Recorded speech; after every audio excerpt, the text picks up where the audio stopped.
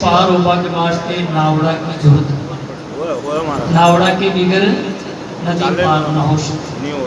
तो वैशाली प्रिय सदनों, ये भवसागर से तिरवा के वास्ते सत्संग की जरूरत पड़े। तो हमारे महापुरुषों को कहना है, साधो भाई सत्संग वीरवासी, सर्व जन्म का पाप मिटावे काटे 84। गोस्वामी जी महाराज ने रामायण में यही बात बताई है, बिन सत्संग विवेक न होई राम कृपा बिन सदनों। विवेक सत्संग में ही हो और चाहे भले ही चाहे देवी देवताओं की पूजा करते रहो अनंत बार, चाहे 24 अवतारों की पूजा करते रहो अनंत बार, केवल अपना फल ही ले ली, लेकिन आपका जन्म उनको खत्म न हुए।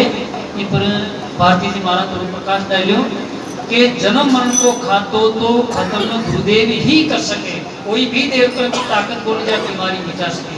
बार बार जन्मो बार बार मरो, या बीमारी केवल गुरुदेव ही मिटा सके। महापुरुष कह रहा है कि 4 वेद पुराण 18 गीता में युगासी, सत्संग बिना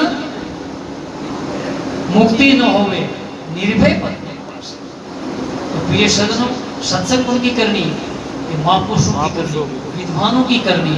क्योंकि यान है ना कि जान सांप है, जो मच्छियां खा वाला, मींढका खा वाला सब मोकला है, लेकिन ये 49 करोड़ पृथ्वी ने जो अपनी फन पर लेर पड़ो है शेष नाग ही, वो एक ही नाग है।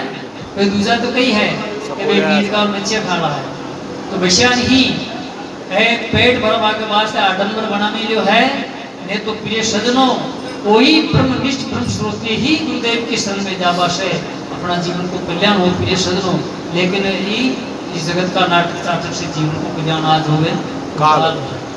सत्संग निज केवल अनुभव, जीव स्वभाव बीच जासी, आत्म ब्रह्म को एक लिखावे नहीं आगे नहीं जासी।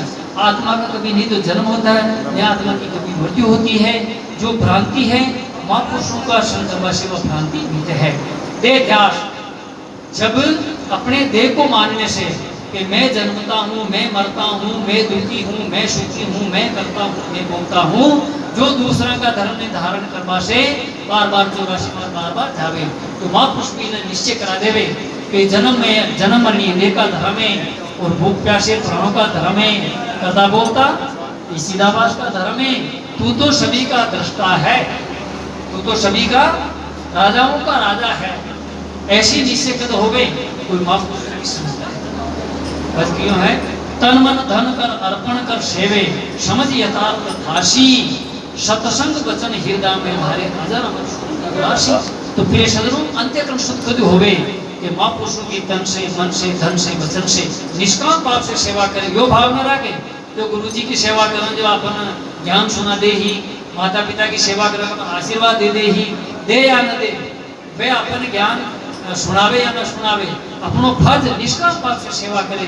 तो आपका जो अनंत जन्मा का जो पाप है ना, जो मन पाप, वहाँ की निवृत्ति हो गई। और एक उपासना करने से मन की चंचलता मिटे। केवल आवरण के बाद भारतीय प्रकाश डालू कि मुक्ति होगा के मेरे 1 सेकंड भी लगाए, लेकिन कभी हो मुक्ति कि अपना अंतःकरण की जी के निवृत्ति होवे ना।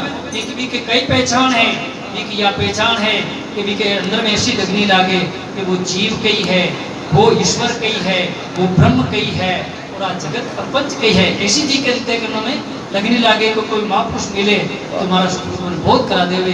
तो फिर सोच विचार कर लेनो कि अपना अंतःकरण शुद्ध हो गया, या जी के अंतःकरण में बात निश्चित होवे तो आपके अंतःकरण शुद्ध ही आई। सत्संग निज केवल अनुभव, जीव स्वभाव मिट जासी, आत्म ब्रह्म को एक लिखावट नहीं आवे नहीं जासी। तो प्रिय सजनों, पाया केसो बावरा, खोया केसो पूर, खोया पाया कुछ नहीं, जू का क्यों भरपूर। आत्मा का कभी नहीं तो वो प्राप्त करनी है, और न कभी भी से दूर होना, क्योंकि वो आपका ही स्वरूप है।